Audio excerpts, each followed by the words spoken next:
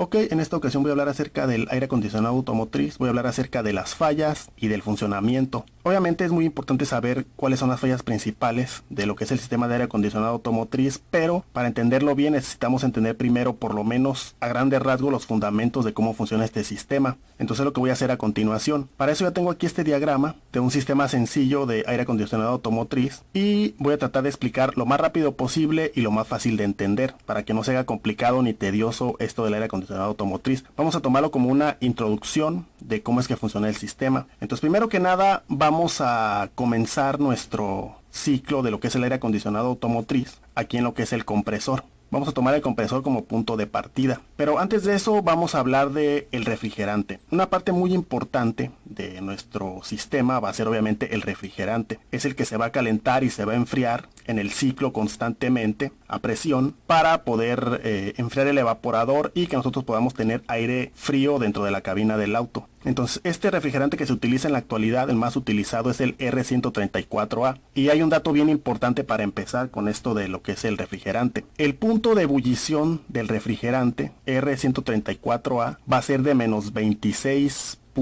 o 0.3 grados centígrados. Este dato es bien importante. Por ejemplo, el punto de ebullición del agua, sabemos todos que a una presión ambiental es de alrededor de los 100 grados centígrados, dependiendo diferentes factores, pero tenemos esa referencia de que el agua hierve o tiene un punto de ebullición alrededor de los 100 grados centígrados. En el caso de nuestro refrigerante tiene un punto de ebullición muy bajo, que es de menos 26 grados centígrados.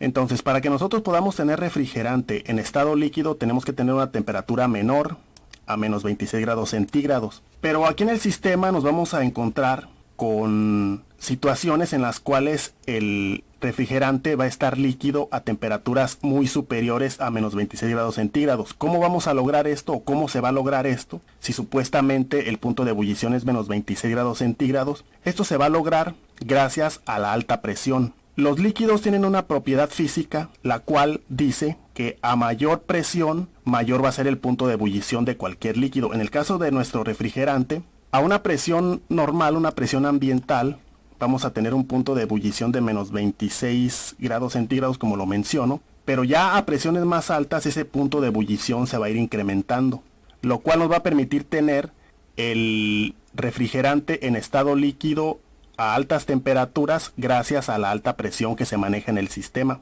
Ese va a ser un dato bien importante para poder entender cómo funciona el sistema. Entonces aquí en el sistema las presiones que vamos a estar manejando más o menos para ir haciendo referencia va a ser en el lado de alta presión alrededor de los 150 a los 250 psi, una presión bastante alta. Y en el lado de baja presión también vamos a tener una presión relativamente alta que va a ser alrededor de los 25 a los 45 psi. De tal manera que nuestro sistema de aire acondicionado va a ser un sistema presurizado.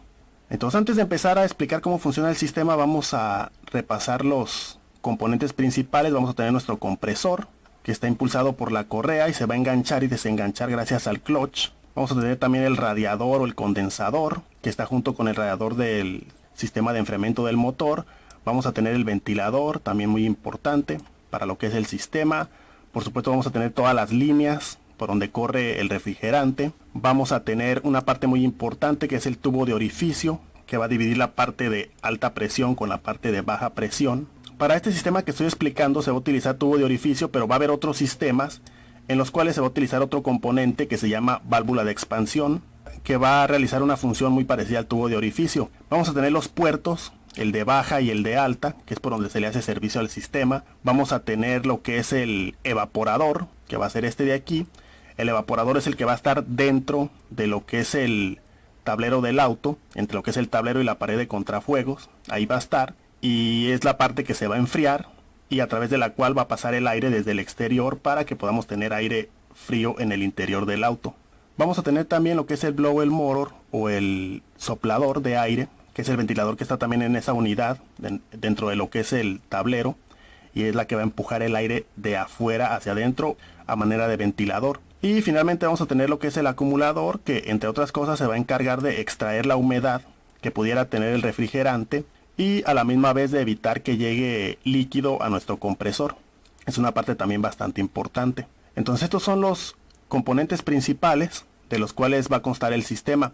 Hay algunas variaciones, como lo menciono, Pero este sistema nos sirve bastante bien para empezar a entender lo que son los fundamentos de lo que es el sistema de aire acondicionado automotriz.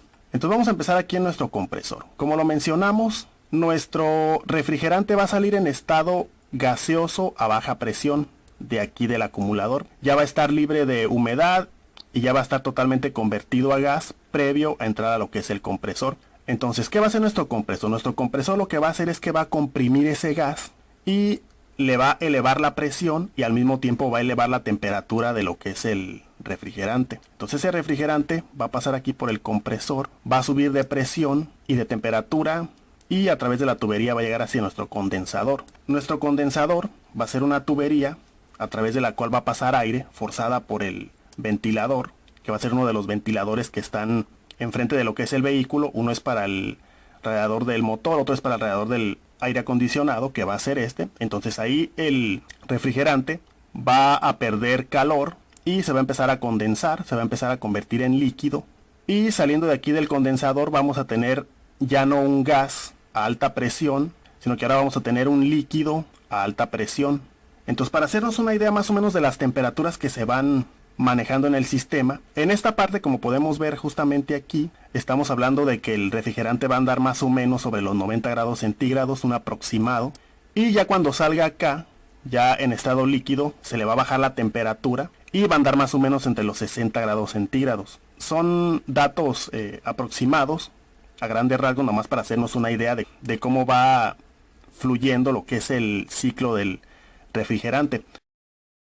Entonces quedamos que a la salida del condensador vamos a tener el refrigerante en estado líquido a alta presión. Entonces ahí va a seguir su recorrido a través de la tubería y vamos a llegar a una parte muy importante, que es el tubo de orificio o orifice tube. Como lo menciono, algunos sistemas traen la válvula de expansión, otros traen el orifice tube. Va a variar un poquito en ese aspecto, pero lo que va a pasar aquí en el orifice tube es que la presión se va a bajar. Este orifice tube o tubo de orificio nos va a permitir que el sistema cambie de alta presión a baja presión, con lo cual, pasando justamente este componente importante, nuestro refrigerante va a pasar de ser un líquido a alta presión a ser un líquido a baja presión. Entonces, cuando la presión subió, subió la temperatura. Ahora que baja la presión, la temperatura baja considerablemente y en esta parte va a pasar a lo que es el evaporador. Entonces el evaporador se va a enfriar. Estamos hablando de que ya el refrigerante en este punto va a estar alrededor de los 0 y 10 grados centígrados, una temperatura bastante baja. Entonces estamos hablando de que ya cuando nuestro refrigerante está en estado líquido y llega al evaporador, va a llegar bastante frío, alrededor de 0 a 10 grados centígrados más o menos. Entonces eso va a permitir que el evaporador se enfríe bastante y en ese punto nuestro soplador va a forzar aire caliente desde el exterior a través del evaporador. Va a fluir aire caliente a través del evaporador, que va a estar frío, y ese aire del evaporador va a salir frío dirigido hacia los ductos que van a terminar en las rejillas que vamos a tener en la cabina del auto, y justamente de las rejillas va a empezar a salir el aire frío directamente del evaporador. Generalmente, si ponemos un termómetro en las rejillas, vamos a estar esperando temperaturas alrededor de los 10 grados centígrados. Claro, eso depende de la temperatura del aire del exterior, de la humedad, entre otros factores, pero eso es lo que estaríamos esperando en un aire acondicionado automotriz que trabaje bien alrededor de los 10 grados centígrados, después de algunos minutos de que ya está funcionando el sistema. Entonces, al mismo tiempo que el evaporador está enfriando el aire que entra desde el exterior, forzado a través de lo que es el blower motor o el ventilador, al mismo tiempo dentro de la tubería nuestro refrigerante va a estar, como lo mencioné, en estado líquido a baja presión, pero gracias a la temperatura del aire que se está enfriando, el refrigerante se va a convertir de líquido a gaseoso, ya que va a ganar temperatura, y lo que va a pasar es que el líquido va a salir ya del evaporador prácticamente convertido a gas. Y de ahí va a pasar a lo que es el acumulador, donde se le va a extraer la humedad a lo que es el refrigerante, y al mismo tiempo, ya una vez que salga de aquí de lo que es el acumulador, va a llegar al compresor totalmente libre de humedad y completamente en estado gaseoso, ya que eso es muy importante para el buen funcionamiento del compresor, ya que contrario a lo que son los líquidos, los gases sí se pueden comprimir aquí en lo que es el compresor. Entonces, a grandes rasgos, así es como funciona el sistema. La sensación térmica aquí en el evaporador va a ser alrededor de los 2 a los 6 grados centígrados, y gracias a eso va a salir el aire a las rejillas ya a una temperatura, como lo menciono, alrededor de los 10 grados centígrados. Son temperaturas de referencia. Como lo menciono, depende de las temperaturas, la humedad, entre otros factores. Entonces, a grandes rasgos, así es como funciona el sistema. Hasta aquí ya abarqué lo que es el sistema, estrictamente el recorrido de lo que es el refrigerante y la función de los diferentes componentes. Entonces, antes de continuar, vamos a repasar rápidamente cuáles son las variantes que vamos a tener en los sistemas que utilizan válvula de expansión en vez de tubo de orificio. Primeramente, lo que vamos a tener de diferencia es la válvula de expansión en vez de tubo de orificio. Igualmente, aquí se va a dividir el sistema del lado de baja y lado de alta presión. Lo que vamos a tener también es que ya no va a haber acumulador, y en su lugar vamos a tener lo que es el filtro secador, que va a ser este. En el caso de estos sistemas van a funcionar muy parecido, nada más que el filtro secador va a estar del lado de alta presión, con lo que es el refrigerante líquido a alta presión. Entonces, lo que va a pasar básicamente es que nuestro refrigerante va a salir del compresor a alta presión, se va a convertir a líquido a alta presión, va a perder temperatura en el condensador igualmente que en el otro sistema, pero aquí va a llegar en lo que es la línea de alta presión hacia lo que es el filtro secador, y aquí en el filtro secador el refrigerante va a perder humedad y el filtro secador se va a encargar de que el refrigerante llegue totalmente líquido a lo que es la válvula de expansión, y justamente aquí, de igual manera que en el otro sistema, se va a convertir a líquido a baja presión, va a ir al evaporador y ya va a continuar nuestro ciclo. La otra variante principal es que en el caso de los sistemas con válvula de expansión, la válvula de expansión sí va a poder reducir y aumentar el flujo de refrigerante líquido dependiendo de la temperatura que tengamos a la salida del evaporador. Esa va a ser otra diferencia también. En los sistemas más antiguos vamos a tener este tipo de válvula, que es la válvula térmica, la cual va a controlar el flujo de refrigerante dependiendo la temperatura, como lo menciono, a la salida del evaporador.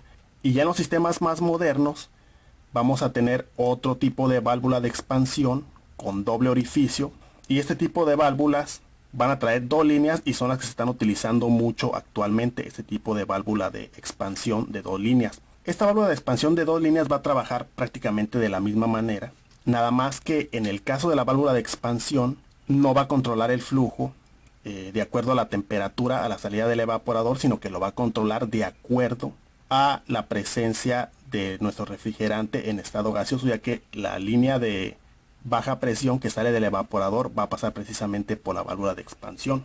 Y básicamente esas son las variantes que vamos a tener. Y como lo menciono, esta válvula doble es la que más está utilizando actualmente, junto con lo que es el sistema que trae tubo de orificio, son los dos más usados.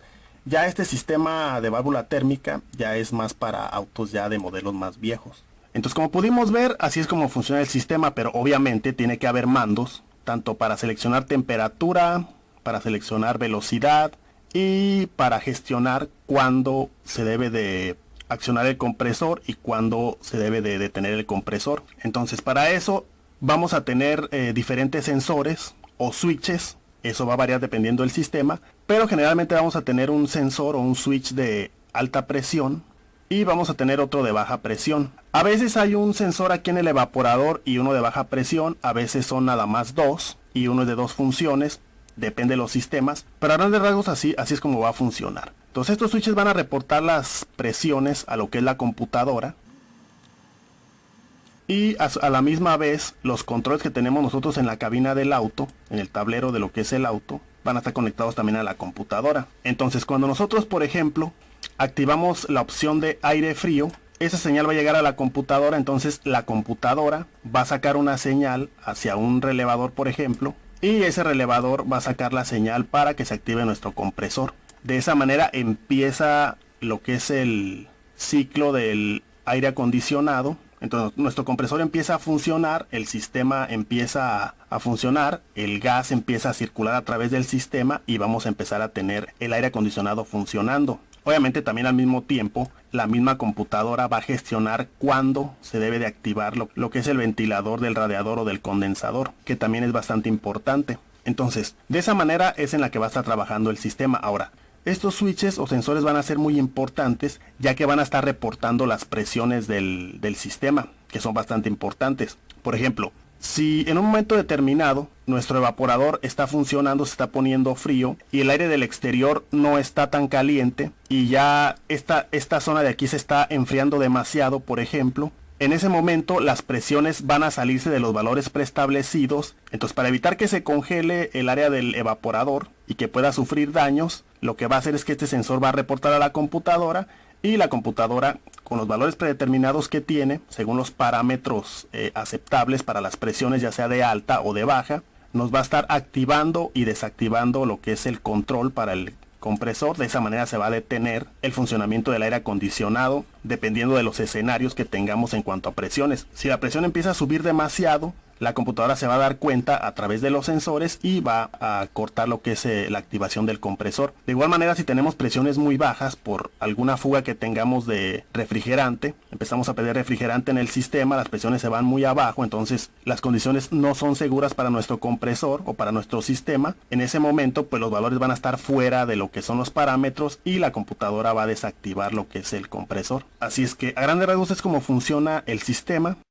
Entonces, antes de pasar a lo que son las fallas, que ya nos la estamos imaginando seguramente, algunos puntos importantes. El primer punto importante es que cada sistema de aire acondicionado tiene una cantidad específica de refrigerante que debe de llevar el sistema. No podemos poner de más porque puede ser muy perjudicial para el sistema. Si ponemos refrigerante de más, las presiones van a subir demasiado y puede pasar que el compresor se dañe o puede pasar que la misma computadora no permita que se habilite el aire acondicionado nunca, ya que las presiones van a salir de los parámetros aceptables. De igual manera, cada sistema de aire acondicionado automotriz tiene su tipo de aceite que necesita y la cantidad de aceite que necesita específica. No es el mismo para todos, no es la misma cantidad para todos. Ese tipo de especificaciones siempre se tienen que respetar para que el sistema pueda funcionar de manera adecuada. Otro punto importante es que este sistema es un sistema sellado, como podemos ver, y si está trabajando de manera adecuada,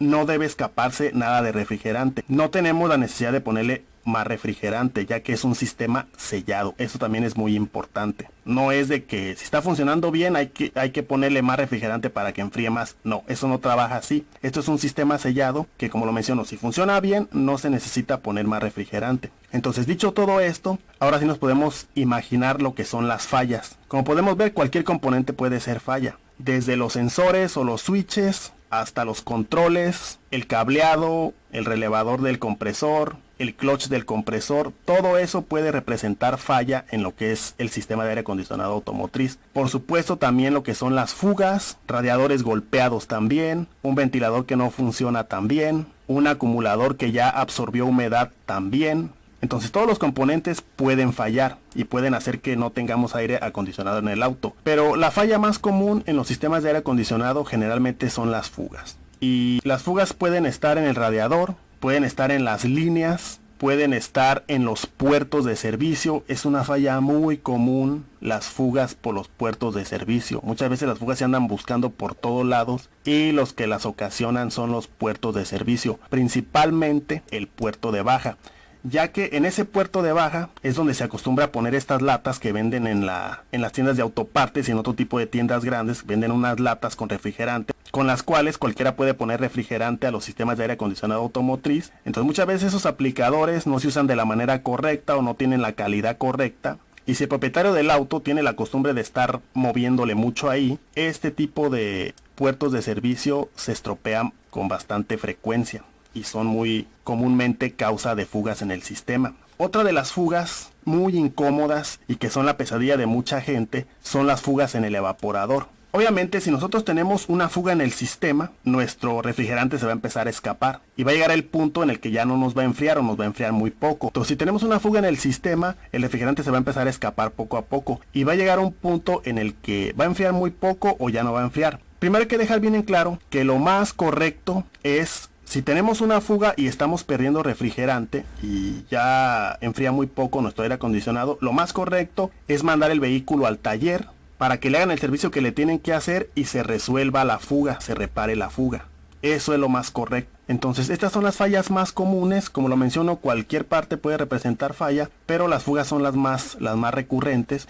También los radiadores golpeados también. Los condensadores golpeados también son una falla bastante común. Por supuesto el compresor, que también muchas veces se estropean, o el clutch del compresor también. Y pues a decir verdad, el sistema de aire acondicionado automotriz pues es un sistema complicado para darle servicio, para diagnosticarlo también. Es muy conveniente que sea llevado a cabo por profesionales, ya que, como lo menciono, son sistemas presurizados que requieren herramienta y un conocimiento especializado. No es tan fácil trabajar con aire acondicionado automotriz. Entonces yo hasta aquí voy a dejar el video. Ya en el canal tengo más videos de este tema del aire acondicionado. Tengo videos de reparaciones, de fugas, de presiones en el sistema, de cómo conectarse al sistema, de la herramienta básica, entre otros temas relacionados con lo que es el aire acondicionado automotriz. Y pues nada más. Ahora sí, hasta aquí voy a dejar el video. Muchas gracias por la paciencia, gracias por haber llegado hasta el final y hasta pronto.